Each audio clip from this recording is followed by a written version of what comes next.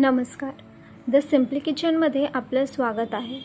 आज आपण बनवणार आहोत गणपती बाप्पांचे सर्वात आवडते उकडीचे मोदक। साहित्य अगदी साधं आणि कृती अगदी सोपी। चला तर मग सुरुवात करूया। त्यासाठी लागणारे साहित्य 2 वाटी किसलेलं ओलं नारळ, 1 वाटी गूळ, 1 चमचा खसखस, 1 चमचा वेलची पूड, 2 वाटी तांदळाचे पीठ आणि थोडंसं तूप। आता आपण उकड तयार करूया। त्यासाठी एका भांड्यात मी 1 कप पाणी आणि 1 कप दूध आपल्याला इथे गरम करून घ्यायचे। त्यानंतर त्यात तूप आणि थोडंसं मीठ घालायचे। पाणी आणि दुधाला उकळी लागली की आपल्याला त्यात तांदळाचं पीठ घालायचे आणि त्याला चांगलं मिक्स करून घ्यायचे आहे।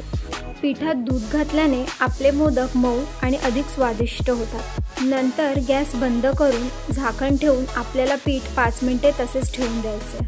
आता इथे आपण सारण तयार करून घेऊया। त्यासाठी एका पॅनमध्ये मी थोडंसं तूप घातलंय आणि 1 चमचा खसखस घातलाय। आता आपल्याला खसखस तुपामध्ये चांगला परतून घ्यायचा आहे।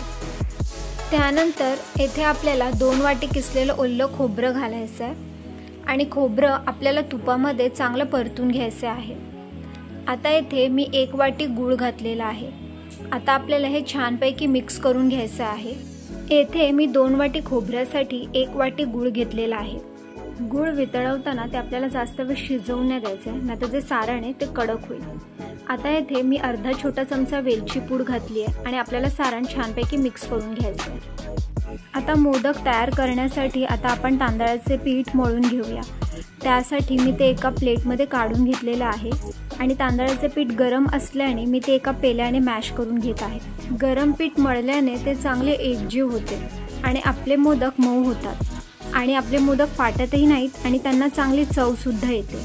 तर येथे पिठामध्ये मी थोडंसं तूप घातलंय। आता आपण हाताने पीठ छानसं मळून घेऊया। जर आपल्याला पीठ कोरडे वाटत असेल तर आपण थोडे गरम पाणी शिंपडून पीठ मळून घ्यायचं आहे आणि जर पीठ जास्त चिकट वाटत असेल तर आपण थोडे त्यात तांदळाचे पीठ घालून मळून घ्यायचं। तर इथे आपले हे पीठ मळून झालेलं आहे।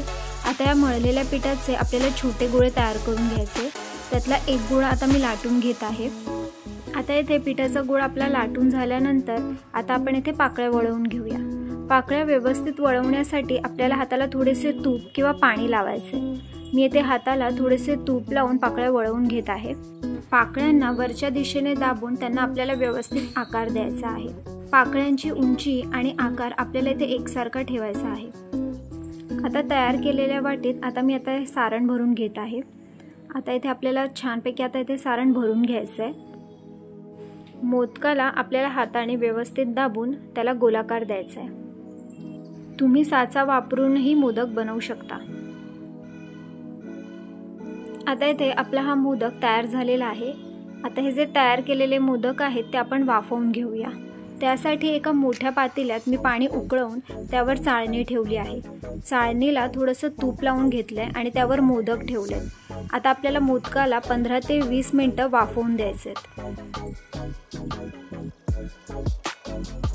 तर अशा रीतीने गणपती बाप्पांना आवडणारे आपले हे मऊ आणि लुसलुशीत उकडीचे मोदक तयार झालेले आहेत। तुम्हाला आमची ही रेसिपी कशी वाटली ती कमेंट करून नक्की कळवा आणि अशाच नवीन आणि साध्या सोप्या रेसिपीजसाठी आमच्या चॅनलला लाईक, शेअर आणि सबस्क्राईब नक्की करा। थँक्यू।